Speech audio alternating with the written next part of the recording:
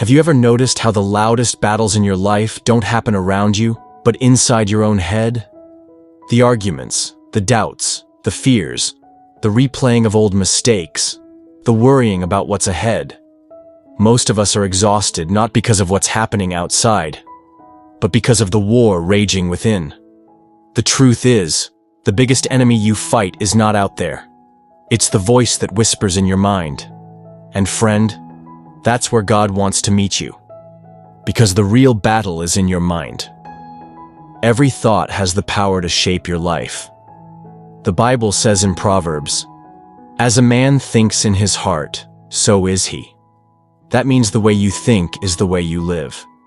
If you believe you're worthless, you'll live like you're worthless. If you believe God can't forgive you, you'll live in shame. But if you believe God's truth, that you are chosen, loved, and forgiven, you'll walk in freedom. This is why the enemy targets your thoughts. Because if he can control your mind, he can control your life. Think about how many times you've lost peace not because something terrible happened, but because of the way you thought about it. You hear a comment at work, and suddenly you think, "They don't like me." You make a mistake, and you tell yourself, "I'll never get it right." You feel anxious about tomorrow, and the story in your head is, "What if everything falls apart?" Before long, you've convinced yourself of a lie, and the lie becomes heavier than the truth. That's why the Bible calls Satan the father of lies. His weapon is not always visible attack. His weapon is suggestion. If he can plant a lie in your mind and get you to believe it, you'll walk in chains even though Christ already set you free. But here's the good news. God has given you the power to renew your mind. Romans 12 says, "Do not be conformed to this world, but be transformed by the renewing of your mind." Transformation doesn't start with your circumstances. It doesn't start with people around you. It starts with your thoughts. When you replace the lies with God's truth, everything changes. The battle is real, but victory is possible. Let me show you through some examples. Take David. Before he fought Goliath with a sling and a stone, he fought a battle in his mind. Everyone told him he was too young, too small, too weak. Even Saul tried to put his own armor on David, as if to say, "You can't win unless you fight the way others fight." But David's thoughts were fixed on God. He remembered how God had saved him from the lion and the bear. He believed, "The Lord who rescued me then will rescue me now." His victory didn't start in the valley. It started in his thoughts. Because faith took root in his mind before courage showed up on the battlefield.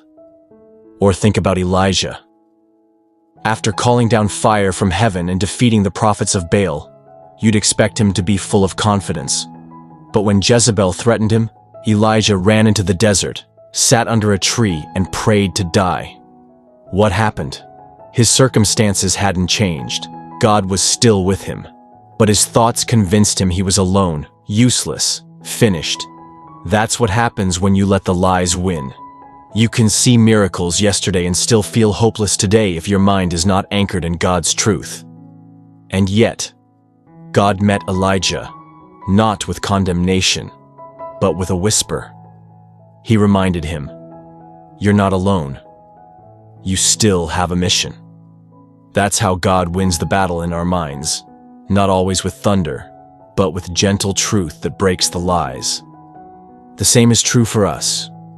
Maybe your thoughts sound like this: "I'll never be enough. I'll never get out of this situation. God doesn't care about me." Friend, those are not the voice of your Father. The Father's voice says, "You are my child. I am with you. My grace is sufficient for you." And the question is, which voice will you believe? The mind is like soil. Whatever seed you plant will grow. If you constantly plant fear, negativity, bitterness, you'll harvest anxiety, anger, despair. But if you plant faith, gratitude, and God's word, you'll harvest peace, joy, and strength. That's why Philippians 4 tells us, whatever is true, whatever is noble, whatever is right, whatever is pure, think about such things. God is teaching us to choose our focus, because your focus determines your future. Let me make it practical. You wake up in the morning and immediately your mind wants to rehearse yesterday's failures. You can either agree with shame, or you can say, His mercies are new every morning. You face uncertainty about your job. Your mind says, what if I lose everything? You can either spiral into fear, or you can declare, my God shall supply all my needs. You feel unworthy after sin. Your mind says, God is done with me. But the word says, if we confess our sins, He is faithful and just to forgive us. This is how you fight the battle in your mind, by answering every lie with truth. But let's be honest, changing your thoughts is not easy. Lies are sticky. They repeat like a broken record. That's why the Bible calls it a battle. It takes effort, persistence, and God's Spirit. 2 Corinthians 10 says, we take captive every thought to make it obedient to Christ. Imagine that. Every thought that enters your mind, you stop it at the gate. You ask, does this thought agree with God's word or not? If not, you don't let it sit. You replace it. That's spiritual warfare. That's how you win the invisible battles. The enemy wants you to think you're powerless against your thoughts, but you're not. You may not control what thought comes to your mind, but you can control what stays there. You can't stop a bird from flying over your head, but you can stop it from building a nest in your hair. In the same way, you may hear a thought of fear, but you don't have to dwell on it. You may feel a temptation, but you don't have to feed it. You choose what to focus on, and where your focus goes, your life follows. Some of you feel like your mind is a prison. The chains are anxiety, shame, guilt, self-hatred. But remember Paul and Silas in prison.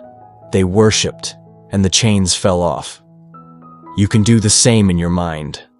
Worship shifts your focus from your problems to God's power. Prayer replaces panic with peace. Gratitude interrupts the cycle of negativity. These are not small practices. They are weapons in the battle of the mind. Let me share some modern stories. A young man grew up hearing he was a failure. Teachers said he'd never succeed. His own parents told him he was worthless. For years, he lived under that lie. But one day, he encountered God's word that said, "You are fearfully and wonderfully made." He chose to believe it. Slowly, his mindset changed. Today, he runs a business and helps mentor other young people who feel lost. His story proves, when your mind is renewed, your life is renewed. Or think of a woman trapped in anxiety. Every night she lay awake thinking of everything that could go wrong. Her body was breaking down under the stress. But she began memorizing scripture, repeating it when the fear came. "The Lord is my shepherd. I shall not want. I can do all things through Christ who strengthens me." Over time, her anxiety lost its grip. She still faced challenges, but her mind was no longer a battlefield. It was a place of peace. Friend, this can be your story too. You don't have to live at the mercy of your thoughts. You can choose what to believe, and when you choose God's truth, you choose freedom. So let me leave you with 3 steps. First, identify the lies. Pay attention to the negative loop in your mind. What are you telling yourself that doesn't line up with God's word? Second, replace them with truth. Don't just remove the lie. Plant the opposite truth from Scripture. Third, repeat it daily. Transformation takes time. Just as lies took years to shape your mindset, truth takes daily repetition to rewire it.